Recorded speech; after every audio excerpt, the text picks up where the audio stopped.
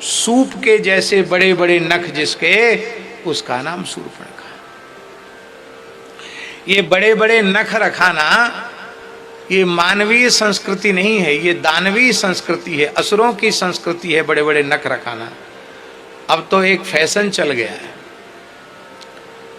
पढ़ी लिखी माताएं बहनें बहुत बड़े बड़े नाखून रखती हैं।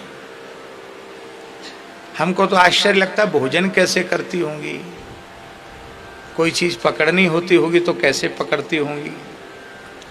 और ये जो बड़े बड़े नख होते हैं इनमें अवश्य ही मल लग जाता है, शरीर का मल लगता है।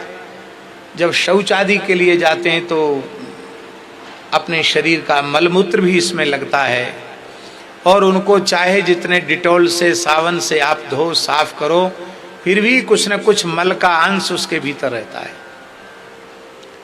और जब व्यक्ति भोजन करता खाता पीता तो मल भी उसके भीतर चला जाता है,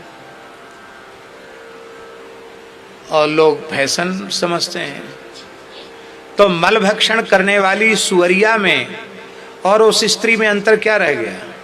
सुअरिया भी मल भक्षण करती है, उसके भी नखों में मल है और वो भोजन के साथ खा गई, तो क्या अंतर रहा?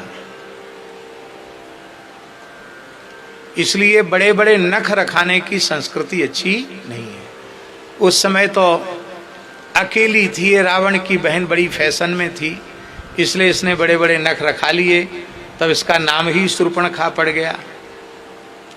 हमारे महाराज जी कहते हैं कि राम जी ने आशीर्वाद दे दिया होगा, विनोद में कहते थे महाराज जी, राम जी ने आशीर्वाद दे दिया होगा, कोई चिंता मत करो, तुम्हारे नाक कान तो कटे पर कलयुग में तुम्हारा संप्रदाय खूब फलेगा फूलेगा।